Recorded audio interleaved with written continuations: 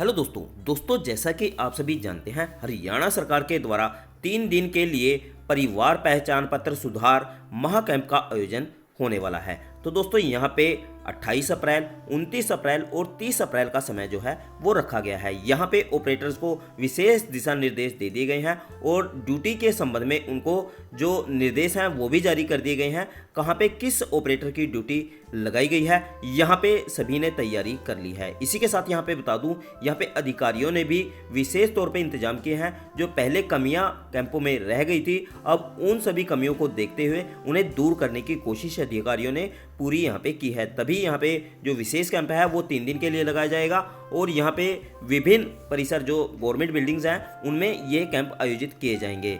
तो दोस्तों यहाँ पे आप क्या क्या सुधार यहाँ पे करा पाएंगे और किन किन चीज़ों में बदलाव करा पाएंगे। दोस्तों बहुत से लोग यही नहीं जानते हैं कि यहाँ पे आप क्या क्या सुधार करा सकते हैं और इसके साथ किन किन लोगों के लिए इस कैंप में जाना जरूरी है। तो यहाँ पे मैं डिटेल में जानकारी आपको दूंगा ताकि आपके जितने भी डाउट हैं मन में कि जिस तरह की इनकम को लेकर के या अन्य कोई भी आपको सुधार यहाँ पे कराना है, आपको जाना चाहिए या नहीं जाना चाहिए, ये पूरी जानकारी मैं डिटेल में आपको दूंगा। तो चलिए दोस्तों देख लेते हैं क्या क्या सुधार यहाँ पे आप करा सकते हैं और किन किन चीज़ों का आपको विशेष तौर पे ध्यान रखना है। यदि आप यहाँ पे जाते हैं तो किन डॉक्यूमेंट को आपको देना है जिससे कि आपकी फैमिली आईडी में सुधार हो पाए और यहाँ पे आप कैंपों का जो लाभ है वो पूर्ण रूप से ले पाएं। तो आप यहाँ पे देख सकते हैं यहाँ पे जो नोटिस है परिवार पहचान पत्र में सुधार कैंप को लेकर के 28-30 अप्रैल को, तो यहाँ पे मैंने पूरी जानकारी यहाँ पे ओपन की हुई है। अब यहाँ पे आप देख सकते हैं हरियाणा सरकार द्वारा परिवार पहचान पत्र डाटा सत्यापन कार्यक्रम, डाटा सत्यापित करवाने, जन्म तिथि सत्यापन, दिव्यांग सत्यापन के लिए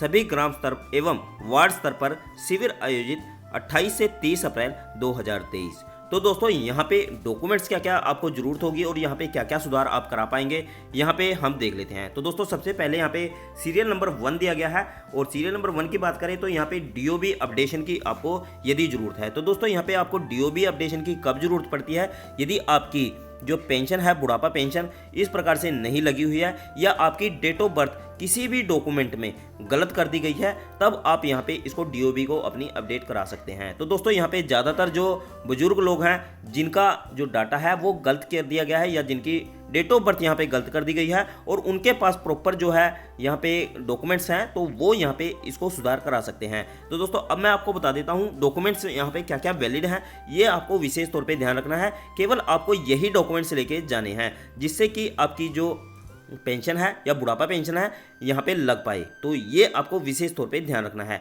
अब दोस्तों यहाँ पे हम बात कर देते हैं परिवार पहचान पत्र के अंतर्गत चल रहे डीओबी वेरिफिकेशन यानी कि डेट ऑफ बर्थ वेरिफिकेशन के जिन नागरिकों की उम्र सत्यापित की जानी है, ऐसे नागरिकों की उम्र से संबंधित दस्तावेज उनके नज़दीकी गांव वार्ड के कैंप लोकेशन में ऑपरेटर व टीम लीडर के द्वारा मेरा परिवार पोर्टल पर अपलोड किए जाने हैं।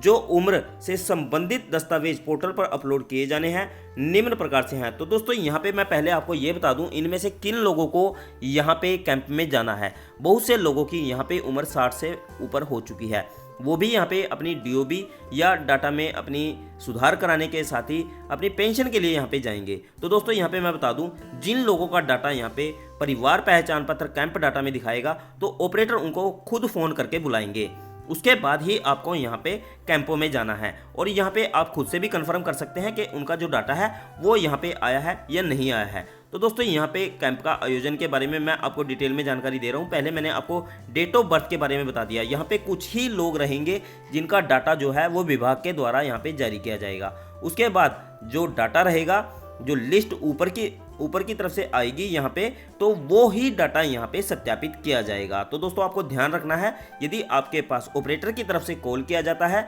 या आपको परिवार पहचान पत्र कैंप में बुलाया जाता है, उसके बाद आप इस प्रकार से डॉक्यूमेंट लेके जाएंगे और इसी के साथ यहाँ पे मैसेज भी विभाग के द्वारा भेजे जाते हैं ताकि आपको समय से इसकी जानकारी लग पाए और इसको आप अपडेट करा पाएँ।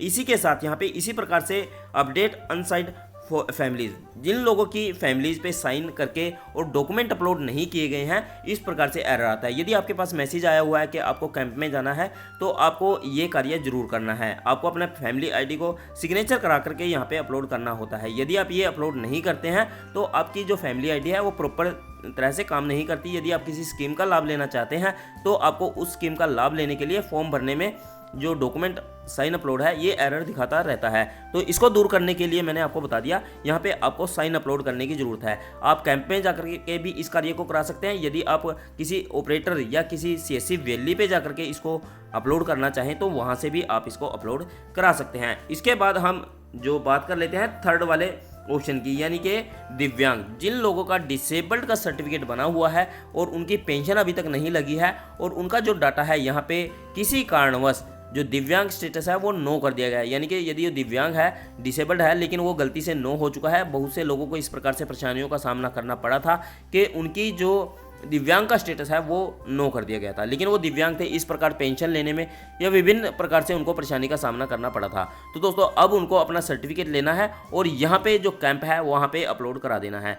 तो यहाँ पे UIDAI की तरफ से जो सर्टिफिकेट है वो जारी किया जाता है और इसी के साथ आप इसको अपलोड करके जो पेंशन स्कीम है उसका लाभ ले सकते हैं। और साथ ही यहाँ पे विशेष तरह से छूट दी जाती है। जब आपका UIDAI कार्ड जारी किया जाता है तो वहाँ पे आपको विशेष छूट मिलती है किराए में।